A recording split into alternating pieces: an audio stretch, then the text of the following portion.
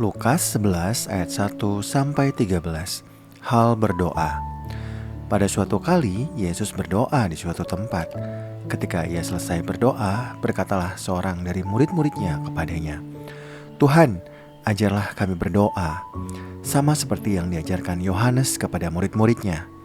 Jawab Yesus kepada mereka, "Apabila kamu berdoa, katakanlah, Bapa, dikuduskanlah namamu, datanglah kerajaanmu, berikanlah kami setiap hari makanan kami yang secukupnya, dan ampunilah kami akan dosa-dosa kami, sebab kami pun mengampuni setiap orang yang bersalah kepada kami.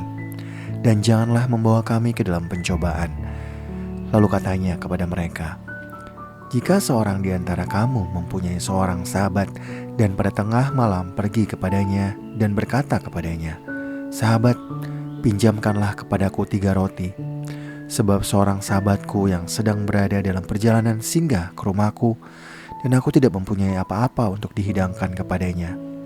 Masakan ia di dalam rumah itu akan menjawab, 'Jangan mengganggu aku. Pintu sudah tertutup dan aku serta anak-anakku sudah tidur. Aku tidak dapat bangun dan memberikannya kepadamu.' Aku berkata kepadamu, sekalipun ia tidak mau bangun dan memberikannya kepadanya karena orang itu adalah sahabatnya, namun karena sikapnya yang tidak malu itu, ia akan bangun juga dan memberikan kepadanya apa yang diperlukannya. Karena itu aku berkata kepadamu, mintalah, maka akan diberikan kepadamu. Carilah, maka kamu akan mendapat. Ketuklah, maka pintu akan dibukakan bagimu.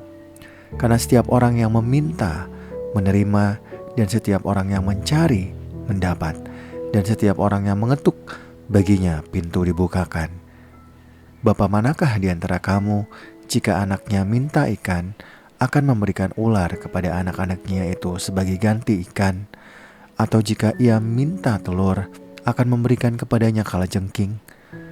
Jadi jika kamu yang jahat tahu memberi pemberian yang baik kepada anak-anakmu, apalagi Bapamu yang di surga, ia akan memberikan Roh Kudus kepada mereka yang meminta kepadanya."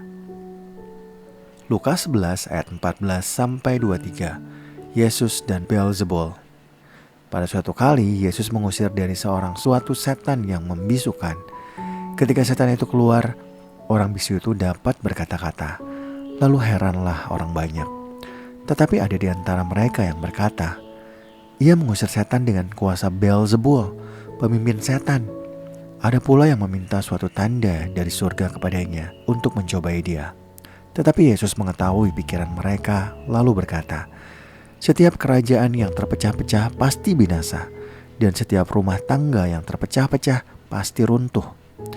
Jikalau iblis itu juga terbagi-bagi dan melawan dirinya sendiri, bagaimanakah kerajaannya dapat bertahan? Sebab kamu berkata bahwa aku mengusir setan dengan kuasa Beelzebul. Jadi, jika aku mengusir setan dengan kuasa Beelzebul, dengan kuasa apakah pengikut-pengikutmu mengusirnya? Karena itu, merekalah yang akan menjadi hakimmu. Tetapi jika aku mengusir setan dengan kuasa Allah, maka sesungguhnya kerajaan Allah sudah datang kepadamu. Apabila seorang yang kuat dan bersenjata lengkap menjaga rumahnya sendiri, maka amanlah segala miliknya. Tetapi jika seorang yang lebih kuat daripadanya menyerang dan mengalahkannya, maka orang itu akan merampas perlengkapan senjata yang diandalkannya dan akan membagi-bagikan rampasannya. Siapa yang tidak bersama aku, ia melawan aku, dan siapa yang tidak mengumpulkan bersama aku, ia mencerai-beraikan." Lukas 11 ayat 24-26. Kembalinya roh jahat. Apabila roh jahat keluar dari seseorang, ia mengembara ke tempat-tempat yang tandus mencari perhentian, dan karena ia tidak mendapatnya, ia berkata, "Aku akan kembali ke rumah yang telah kutinggalkan itu." Ia pun pergi dan mendapati rumah itu bersih, tersapu, dan rapi teratur. Lalu ia keluar dan mengajak 7 roh lain yang lebih jahat daripadanya, dan mereka masuk dan berdiam di situ. Akhirnya keadaan orang itu lebih buruk daripada keadaannya semula. Lukas 11 ayat 27-28. Siapa yang berbahagia? Ketika Yesus masih berbicara tentang hal-hal itu, berserulah seorang perempuan dari antara orang banyak dan berkata kepadanya, "Berbahagialah ibu yang telah mengandung engkau dan susu yang telah menyusui engkau." Tetapi ia berkata, "Yang berbahagia ialah mereka yang mendengarkan firman Allah dan yang memeliharanya." Lukas 11 ayat 29-32. Tanda Yunus. Ketika orang banyak mengerumuninya, berkatalah Yesus, "Orang-orang zaman ini adalah orang jahat. Mereka meminta suatu tanda, tetapi kepada mereka tidak akan diberikan tanda selain tanda Nabi Yunus. Sebab seperti Yunus menjadi tanda untuk orang-orang Niniwe, demikian pula lah Anak Manusia akan menjadi tanda untuk orang-orang zaman ini. Pada waktu penghakiman, Ratu dari Selatan itu akan bangkit bersama orang-orang zaman ini dan ia akan menghakimi mereka. Sebab Ratu ini datang dari ujung bumi untuk mendengarkan hikmat Salomo.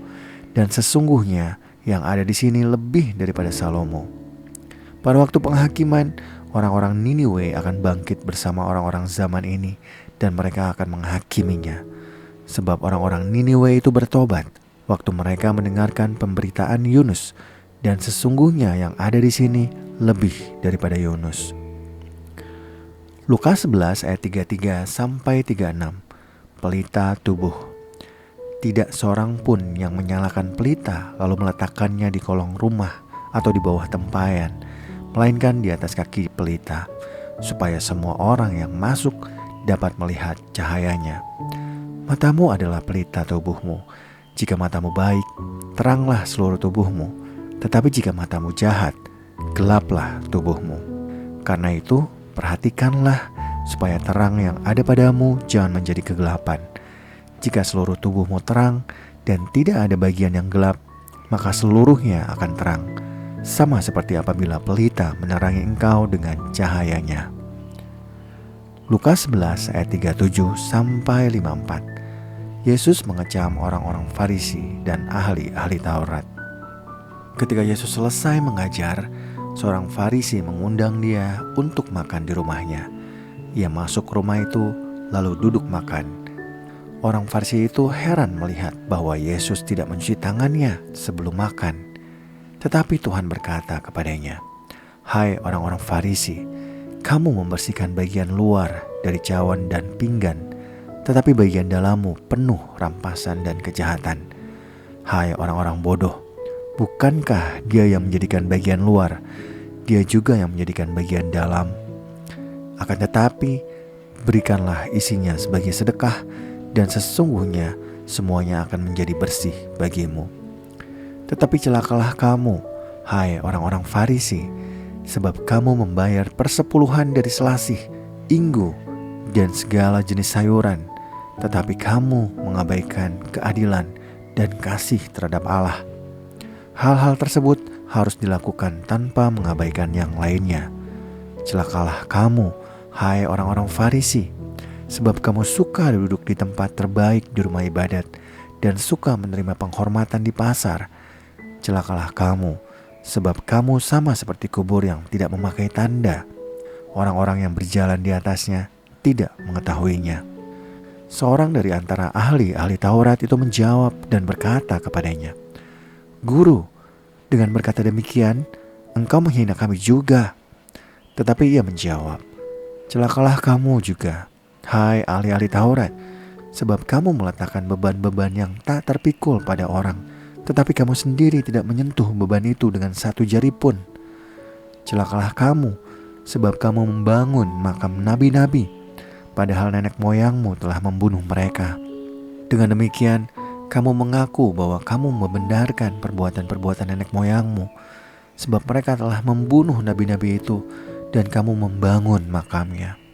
Karena itu, hikmat Allah berkata, Aku akan mengutus kepada mereka nabi-nabi dan rasul-rasul, dan sebagian dari antara nabi-nabi dan rasul-rasul itu akan mereka bunuh dan mereka aniaya, supaya dari orang-orang zaman ini dituntut darah semua nabi yang telah tertumpah sejak dunia dijadikan, mulai dari darah Habel sampai kepada darah Zakaria yang dibunuh di antara mezbah dan rumah Allah.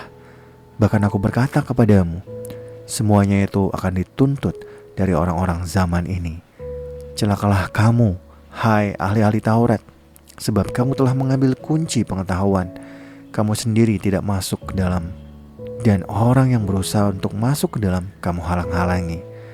Setelah Yesus berangkat dari tempat itu, ahli-ahli Taurat dan orang-orang Farisi terus-menerus mengintai dan membanjirinya dengan berbagai pertanyaan. Mereka berusaha menjebaknya supaya mereka dapat menangkapnya berdasarkan suatu yang diucapkannya.